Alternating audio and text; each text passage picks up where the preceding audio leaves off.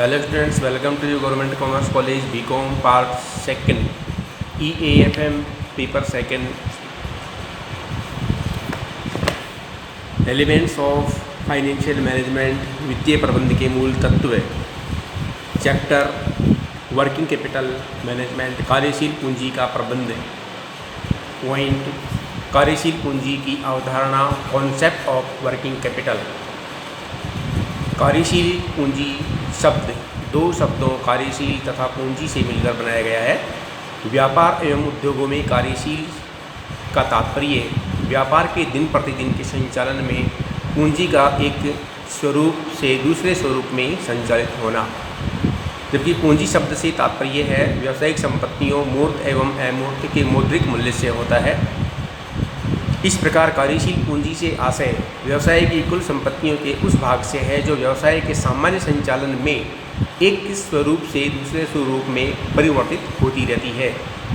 किंतु कार्यशील पूंजी की इस व्याख्या में सभी एकमत नहीं है, इसलिए कार्यशील पूंजी के वास्तविक अभिप्राय के संबंध में लेखापालों, वित्तीय प्रबंधकों, उपकर्मियों तथा अर्थशास्त्रियों में पर्याप्त मतभेद होता है। अतः कार्यशील पूंजी का वास्तविक आशय समझने के लिए कार्यशील पूंजी की विभिन्न अवधारणाओं का समझना अनिवार्य होगा। इसमें एक है चिट्ठा या परंपरागत अवधारणा, दूसरा परिचालन चक्र अवधारणा, बैलेंस शीट और traditional concept and operating cycle concept. चिट्ठा या परंपरागत अवधारणा, बैलेंस शीट और ट्रेडिशनल कॉन्सेप्ट। इस अवधारणा के अनुसार कार्यशील पूंजी किसी निश्चित समय बिंदु पर संस्था की स्थिति दर्शाती है। इसकी गणना निश्चित तिथि को बनाए गए चिट्ठे के आधार पर की जाती है। इसमें दो प्रकार की कार्यशील पूंजी होती है, एक होता है ग्रॉस वर्किंग कैपिटल और दूसरा होता है नेट वर्किंग कैपिटल। तो ग्रॉस वर्किंग कैपिटल क्या होता है कि हमारी बैलेंस शीट के अकॉर्डिंग जितने भी हमारे पास में या बैलेंस शीट में दर्शाई गई स्थिति के अनुसार करंट असेट्स होती है, उन सभी का टोटल, करंट असेट्स का टोटल ही ग्रॉस वर्किंग कैपिटल कहलाता है। संस्था की चालू संपत्तियों का योग ही कार्यशील पूंजी का प्रतिनिधित्व करता है। चालू संपत्तियों से तात्पर्य उन संपत्तियों से है जिन्हें एक वर्ष के अंतर्गत नकद में परिवर्तित किया जा सकता है, अर्थात ऐसी संपत्तियां जो परिचालन प्रक्रिया के दौरान परचेज से लेकर के सेल तक की समस्त प्रक्रिया पूरी कर लेती है और एक वर्ष के अंतर्गत वह पूर्णतया कैश में परिवर्तित हो जाती है, उसे हम चालू संपत्ति कहते हैं। और चालू संपत्तियों के टोटल को ही ग्रॉस वर्किंग कैपिटल कहा जाता है। तो चालू संपत्तियों में जैसे cash, bank balance, short term investment, debtors, PR, stock, raw material, अतिरिक्त पुर्जे, निर्मित और अर्धनिर्मित माल आदि सम्मिलित होते हैं। इन विचारधारा के समर्थक मोड, बैंकर, फील्ड, बॉर्नविले, JS मिल तथा एडम स्मिथ आदि हैं। इनके अनुसार व्यवसाय की समस्त चालू संपत्तियां, चाहे इनकी व्यवस्था दीर्घकालीन पूंजी से की जाए अथवा अल्पकालीन पूंजी द्वारा की जाए, सभी कार्यशील पूंजी में आती हैं। इसलिए चालू संपत्तियों का योग ही कार्यशील पूंजी कहलाता है। कार्यशील पूंजी की इस अवधारणा के संबंध में इस प्रकार तर्क दिए जा सकते हैं कि चालू संपत्तियों की वित्तीय व्यवस्था चाहे दीर्घकालीन स्रोतों, अंशों ऋण पत्रों से की जाए अथवा अल्पकालीन स्रोतों, ऋण या लेनदारों से की जाए, इसे उनकी उपयोगिता में कोई कमी नहीं आती है।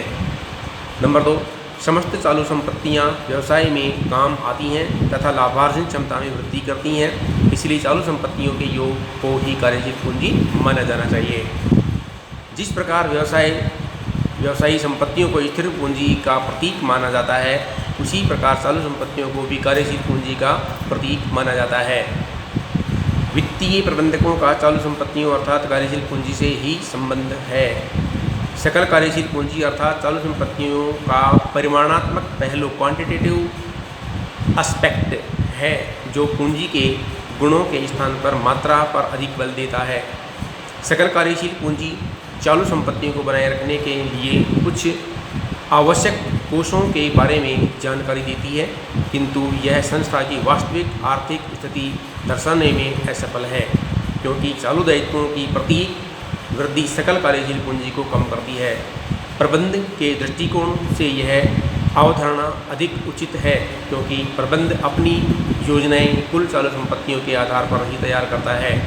चालू संपत्तियां परिचालन हेतु उपलब्ध कोषों का प्रतिनिधित्व करती हैं, अतः प्रबंध का ध्यान चालू संपत्तियों की मात्रा एवं उनकी लाभार्जन क्षमता पर ही रहता है।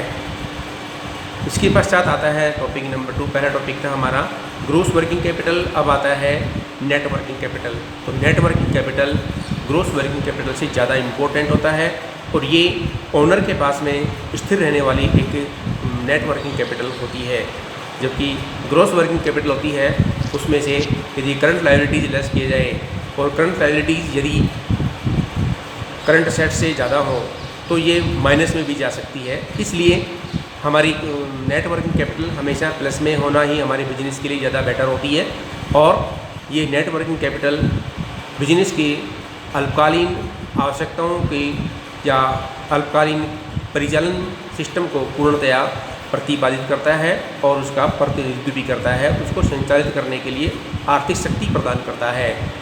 शुद्ध कार्यशील पूंजी चालू संपत्तियों एवं चालू दायित्वों का अंतर होता है, अर्थात चालू संपत्तियों का चालू दायित्वों पर आधिक्य है, अर्थात नेट वर्किंग कैपिटल किसे कहते हैं।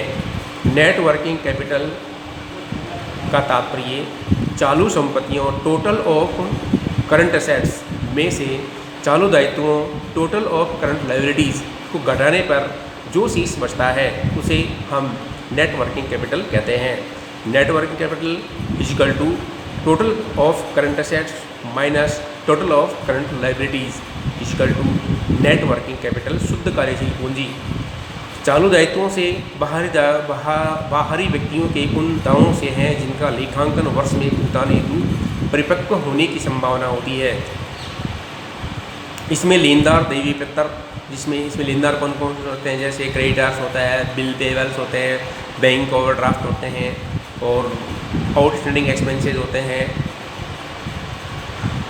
एक्रूड एक्सपेंसेस होते हैं। जिस सीमा तक इन चालू दायित्वों के भुगतान में देरी की जाती है, संस्था को उसी अवधि के लिए कोषों की उपलब्धि हो जाती है।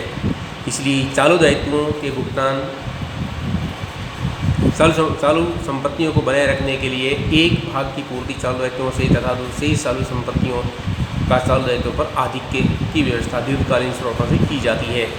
इसलिए शुद्ध कार्यशील पूंजी को इस प्रकार भी परिभाषित किया जा सकता है कि शुद्ध कार्यशील पूंजी एक संस्था की चालू संपत्तियों का वह भाग जिसका अर्थ प्रबंधन दीर्घकालीन कोषों से किया जाता है।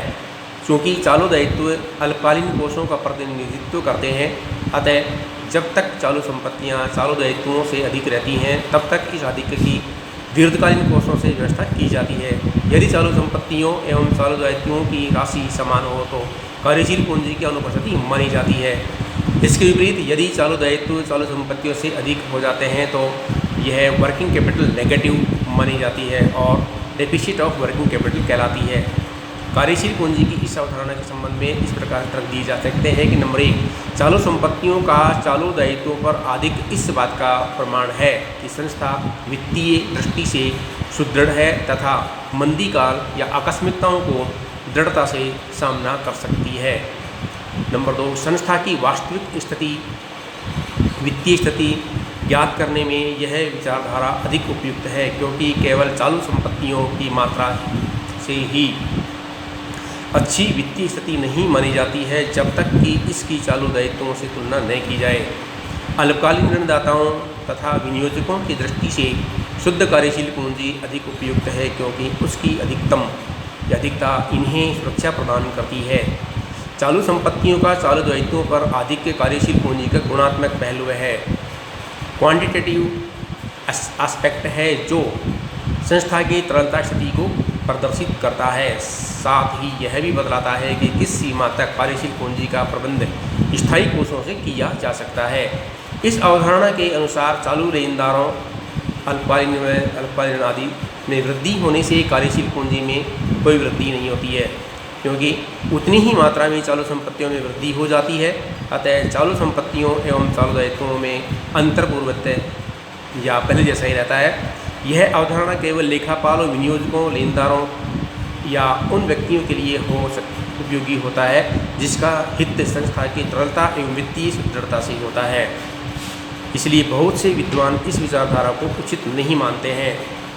कार्यशील पूंजी की उपयुक्त दोनों विचारधाराओं से यह स्पष्ट होता है कि इन दोनों में ही कार्यशील पूंजी के अर्थ में मतभेद न होकर केवल उनके परिमाण क्वांटिटेटिव में मतभेद है। शुद्ध कार्यशील पूंजी अथवा गुणात्मक अवधारणा कार्यशील पूंजी के अर्थ को जहां संकुचित बना देती है, वहीं सकल अथवा परिमाणात्मक अवधारणा उसे व्यापक बना देती है। इसी तरह व्यावसायिक दृष्टिकोण से सकल अवधारणा तथा लेखांकन की दृष्टिकोण से शुद्ध अवधारणा अधिक उपयुक्त प्रतीत होती है। इसकी नामावली या निर्दिष्ट अर्थ में भ्रम दूर करने के उद्देश्य से सामान्यतः व्यवहार में शुद्ध कार्यशील पूंजी के लिए कार्यशील पूंजी वर्किंग कैपिटल तथा सकल कार्यशील पूंजी के लिए चक्रीय कार्यशील पूंजी सर्कुलर कैपिटल या चल पूंजी करंट कैपिटल शब्द का प्रयोग करते हैं।